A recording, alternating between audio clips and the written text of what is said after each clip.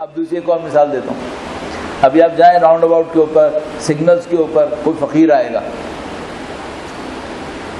Malir Kent کے سب مار مور کے بھگا دیے ہوں گے میرے خیال میں، یہاں تو کوئی نہیں بچا ہوگا، باہر کی بات کر رہا ہوں.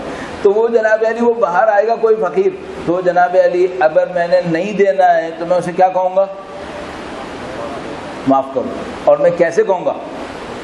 معاف کرو.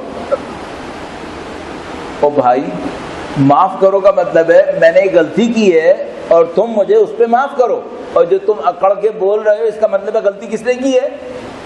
غلطی اس نے کی ہے. تو پھر یہ کہو دفع ہو جاؤ. معاف کرو کیوں کہہ لو؟ جس اسٹائل میں بول رہے ہو اس میں تو دفع ہو جاؤ، صحیح چل رہا ہے. میں معاف کرو کیوں کہتے ہو؟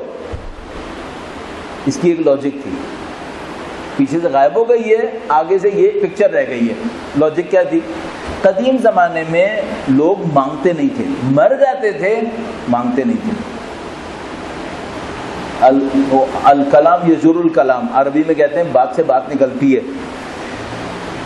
جب لکھنؤ میں قحط آیا، انگریز جب بدبخت آئے ہیں، انگریزوں نے جو ہمارے سر پہ بدبختیاں ڈالی ہیں نا، ابھی ٹائم نہیں آیا کہ لوگوں کو پتہ چلے کیا کیا ہے. ابھی ہمارے پاس صرف اتنا ٹائم ہے کہ ہم ان کی پرانے زمانے بلڈنگ کو لوگوں کو بنا ہوا دیکھ کر کہتے ہیں دیکھو یار یہ انگریز بنا گئے، ورنہ یہ نہیں ہوتا. جو بدبختی ہم پہ دیکھ کر گئے اس کو ابھی بہت ٹائم لگے گا شاید ہمیں کہ ہم اس کو سمجھ پائیں گے ہوا کیا. الحمدللہ بہت اچھی اچھی کتابیں لکھی جا رہی ہیں، ڈاکومنٹس بن رہے ہیں کہ کتنا ٹریلین ڈالر آج کی کرنسی میں انڈیا سے ڈرین ہوا ہے، کتنا ٹریلین ڈالر. اور اگر یہ ڈرین ہوا ہے تو انگلینڈ کے اندر انڈسٹریل ریولوشن آیا ہے، اور اگر نہ ہوتا تو یہاں ہوتا. الحمدللہ اب کتابیں اچھی اچھی لکھی جانے لگی ہیں. انہوں نے اسٹڈیز کی ہیں کہ بھئی انہوں نے بنگال کا قحط کیوں آیا تھا، آرٹیفیشل قحط تھا، 100% آرٹیفیشل تھا، کوئی لاجک نہیں تھی اس قحط کی. اور یہ ان کی مس کیلکولیشن یا ڈیلیبریٹ جینوسائڈ کی وجہ سے ہوا ہے. تو وہ جناب علی جب وہاں پہ قحط ٹائپ کا آیا لکھنؤ کے اندر، بڑے بڑے جو شرفا تھے، نواب شرفا، ان لوگوں کی حالت خراب ہو گئی. اب بیٹھے حویلی میں ہیں اور کھانے کو کچھ نہیں ہے، بڑی مصیبت ہو گئی. تو لکھنؤ کا جو نواب تھا اس کو یہ پتا تھا کہ بھائی یہ شرفا، ان کی لاشیں نکلتی تھیں، ان کی گھروں سے لاشیں نکلتی تھیں، اور پتا ہوتا تھا کہ بھوک سے مرا ہے، لیکن باہر آ کے مانگتے نہیں تھے چونکہ عزت تھی. تو نواب نے کیا کیا کہ کنسٹرکشن شروع کروا دی، میسو کنسٹرکشن. اور کنسٹرکشن ساری رات میں ہوگی. رات میں کنسٹرکشن کیوں ہوگی؟ تاکہ شرفا یہاں پر کام کرنے آئے تو وہ چہرہ دکھانے پہ مجبور نہ ہو، شرفا چہرہ دکھانے پہ مجبور نہ ہو. رات کو کام کرتے تھے، رات کو ہی کھانا ملتا تھا، گھر گئے ختم.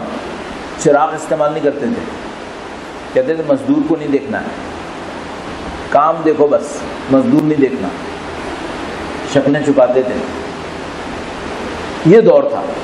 اس دور میں اگر کوئی شریف کسی دوسرے شریف کے پاس چلا گیا اور اس سے کہا کہ میں کھانا کھانے آیا ہوں، تو یہ سمجھ لو اس نے تو اپنے آپ کو قبر میں لٹا دیا. اب وہ جو دوسرا تھا وہ یہ کرتا تھا کہ بھائی گھر بیچنا پڑے تو بیچ دو، کھانا کھلانا ہے.